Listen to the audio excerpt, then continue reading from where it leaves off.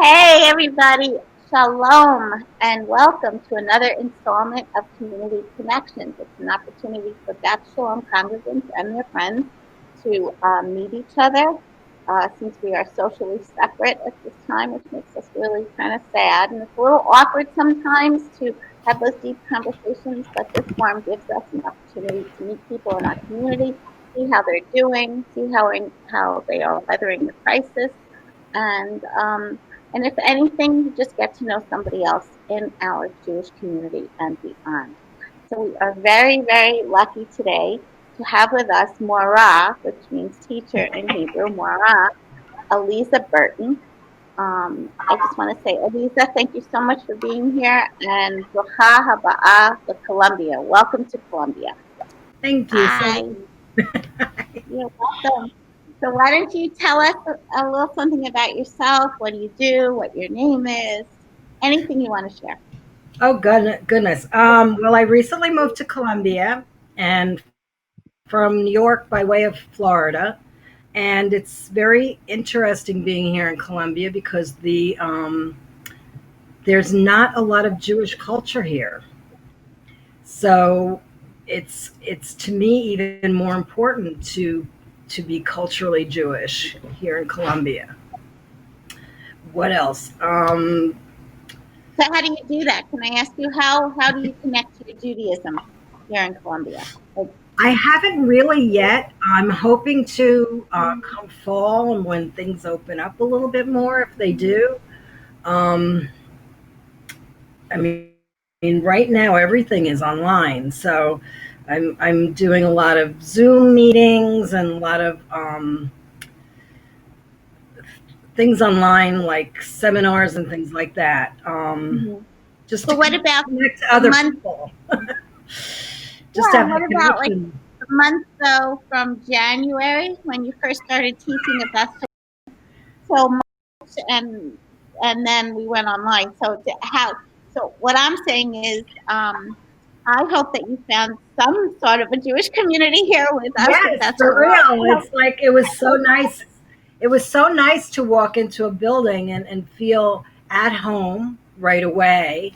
Um, and also feel that I had a place there in that new home. So, yeah, walking into Beth Shalom was all at once wonderful and very familiar. And I like that feeling a lot because that has not always been my experience. It's Also, you've nice. walked into a lot of Jewish synagogues before. Yeah, I have. And some of them have been more welcoming than others. And my home synagogue in Westchester was very warm and welcoming. And that's how I feel here as well. And it's so important because um, there isn't like you can't just go. It's like if you don't feel welcome in your synagogue, then where are you going to go to have that Jewish experience? No, it's very true here, especially in the South, where there isn't that at every street corner a bagel place or a YMHA or Right. another JCC or something like that. Like it is in New Um, York and exactly, Florida. Florida, California. What?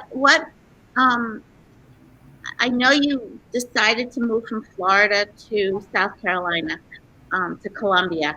Has it been a good? Has it been a good move, even with all this COVID? How have you been adapting? Oh gosh, it was so funny moving here because I knew I have friends in the area here, and I wanted to move to Columbia because just Florida just wasn't for me. So I came here and I lived with them and I looked for a place to live. And of course, as soon as I found a place, COVID shut everything down. And I still went through and I still bought this. I love this apartment, my apartment here in Columbia. And it's like every day just gets better and better. It's like I found my dream job, I found my dream apartment. Um, I have my next door neighbors are fabulous. It's like every day I find something, and I haven't even explored Columbia yet. So I understand that you've been just involved working as a technician and helping others research and do their work online for a Jewish company. Yes, Because of that, so one that's really helped us put. It's helping us put a lot of our curriculum online because you have those resources. But do you see us, and even beyond that, do you see the public schools being able to succeed in this situation? that's a difficult question. I think that religious school is going to succeed only because we only meet them a couple of days or one day a week, and we can change it up and make it fun and more informal. Teaching online for public schools, I think that's going to be difficult because part of going to school is the socialization with kids and being with other kids, and that's just not there now. And Mhm. I really feel for teenagers who need to be around people their own age and little kids who are just learning how to deal with other people in their environment, and that not all everything is about them. So it's going to be difficult. It's going to be very difficult. And from what I've heard from my friends who are teachers, they are just not looking forward to teaching online, but they're not looking forward to going back to the classroom either. And these are dedicated teachers who really do miss their students and being face to face with them. So I have been thinking and thinking, and I belong to a lot of teacher groups, and we just can't come up with the solution. They talk about hybrid learning, some in class, some in school, and I'm just wondering if that will work. I don't know. I think a lot of kids are going to have to rely on their own selves to um, to structure their own learning in ways that that we as teachers can help them. But back to religious school, I think that we have an advantage because we are a less informal learning environment. And that's very helpful. It's helpful to the students It for giving is, them that leeway that they need, and I think we especially have different relationship with students than a mm-hmm, classroom teacher would. mm-hmm, It's mm-hmm. more of a friend slash teacher. Makes a difference. So So I know that you've been going on to the Best Shalom service site and participating in services in that way. I also know that you do Shabbat with your old shul up in New York. How has that been for you? Do you get the spiritual support that you need from that? Do you look forward to going back? I Uh, do. I do. It's great because I come to services at Beth Shalom during the week sometimes on at 6 o'clock, and that's great because it makes me feel part of the community.